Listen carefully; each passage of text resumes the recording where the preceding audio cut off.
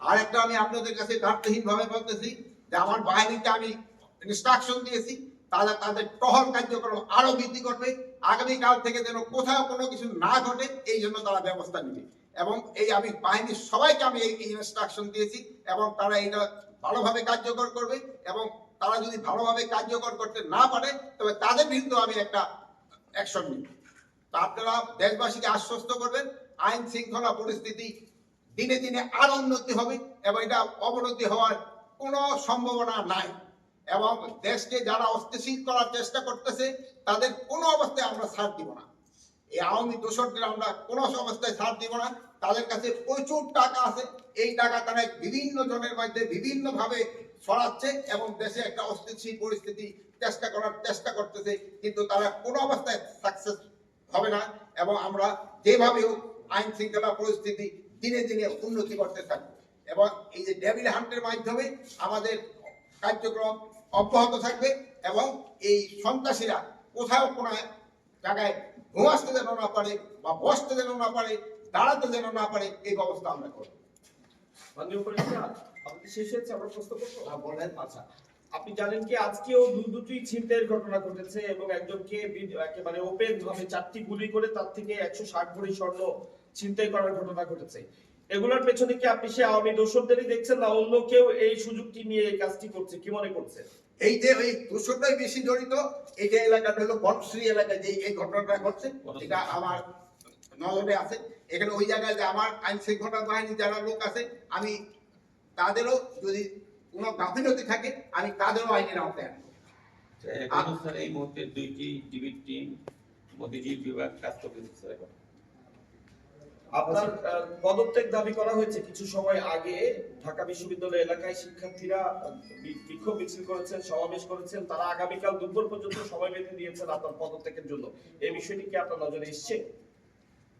এই আমার এই পদত্যাগের ব্যাপারে আজকে তো প্রথম না, মানে তারা আমার যেই কারণে পদত্যাগ করতে বলে ওই কারণগুলি যদি আমি উন্নতি করে দিতে পারি তবে আর কোনো পদত্যাগের প্রশ্ন ওঠে। তারা চাচ্ছে আইন শৃঙ্খলা পরিস্থিতি উন্নতি। আমি আইন শৃঙ্খলা পরিস্থিতি যেন উন্নতি হয় আমি এই ব্যবস্থা করতেছি এবং এই আইন শৃঙ্খলা পরিস্থিতি আগের থেকে অনেক উন্নতি হয়েছে এবং এটা আরো উন্নতি হতে থাকবে। ডেভিল হান্টের অপারেশনের পর থেকে এখন পর্যন্ত প্রায় 8,500 গ্রেফতার হয়েছে আমরা দেখেছি। তারপরে আপনাদের একজন ঊর্ধ্বতন কর্মকর্তা কিন্তু বলেছেন চাঁদাবাজি কমে গিয়েছে কিন্তু ছিনতাই চুরি বাড়ছে, যেটা প্রতিনিয়ত আমি রাতে দেখি। এখন যাদেরকে গ্রেফতার করা হলো তা আসলে তারা কারা? আর এই যে রাতে প্রতিনিয়ত যে ঘটনা ঘটছে, শুধুমাত্র রাতেই নয় সারা দেশেই ঘটছে অপ্রীতিকর ঘটনাগুলো, তাদেরকে কেন গ্রেফতার করা হচ্ছে না? আপনি গ্রেফতার কিন্তু করা হচ্ছে, বা যেই পরিমাণ গ্রেফতার করা উচিত হয়তো সেই পরিমাণ হয়তো হচ্ছে না।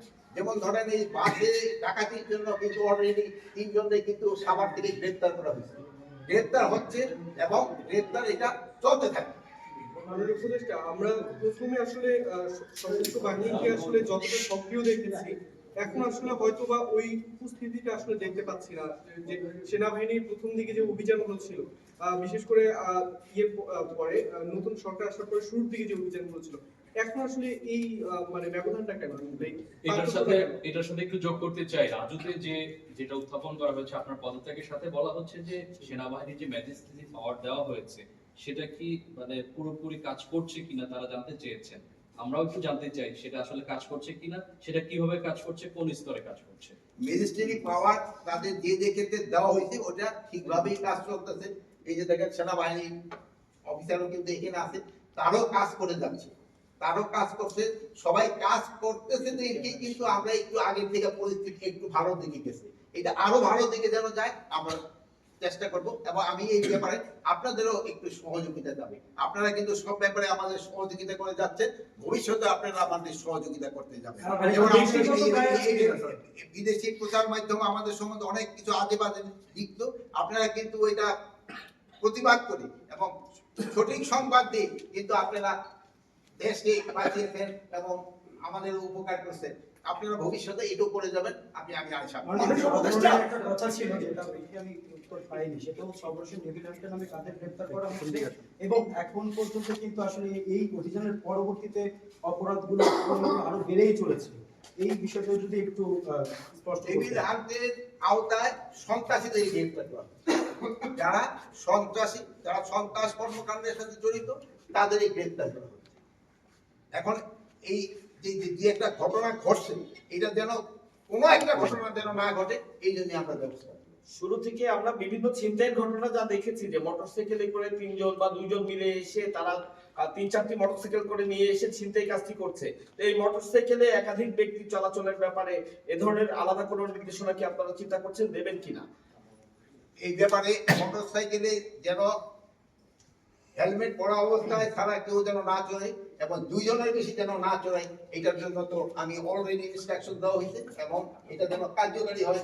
আর এটা তোমরা কোনো অবস্থায় এটা যেন কোনো না ঘটে। মাননীয় উপদেষ্টা, শুধু ছিনতাই নয়, শিক্ষার্থীরা বিশেষ করে নারী শিক্ষার্থীরা বলছে যে স্বরাষ্ট্র উপদেষ্টা এবং আইন উপদেষ্টা যখন দায়িত্ব নেয় সবার আগে তাদের নারীদের নিরাপত্তার কথা চিন্তা করা উচিত ছিল। যে হারে ধর্ষণের সংখ্যা বেড়ে চলছে তারা এটা নিয়ে উদ্বিগ্ন এবং তারা বলছেন যে স্বরাষ্ট্র এবং আইন মন্ত্রণালয় থেকে তেমন কোনো উদ্যোগ নেওয়া হয়নি। কি বলবেন তাদের উদ্দেশ্যে? আর তাদের উদ্দেশ্যে বলবো, আমার মা বোনদের ভয়ের কোনো কারণ নেই। তাদের ব্যাপারে আমরা সব সময় কনসার্ন এবং তাদের কোনো ধরনের যেন কোনো রকমের সমস্যা করতে না হয়, এবারে আমরা সব সময় সজাগ আছি এবং আইন শৃঙ্খলা বাহিনীও এই ব্যাপারে সব সময় সজাগ আছে। সবাই তো বলছে যে আপনার ব্যর্থতা আছে, আপনাকে পদত্যাগ করতে। আপনি কি আপনার নিজের ব্যর্থতা দেখেন, বা আপনি এতদিন পরেও যে আইন শৃঙ্খলা বাহিনী সক্রিয় করতে পারেনি, আপনার নিজের ব্যর্থতা দেখেন কিনা? এটা যাতে আপনারাই বলতে পারেন আইন শৃঙ্খলা বাহিনী আমি যে অবস্থায় নিয়েছিলাম ওই অবস্থা থেকে কি সক্রিয় হয়েছে কি হয়নি, এ ব্যাপারে আপনারই আমার থেকে আরো ভালো বলতে হবে। আমি কি অবস্থায় আইন শৃঙ্খলা বাহিনী ঢুকতে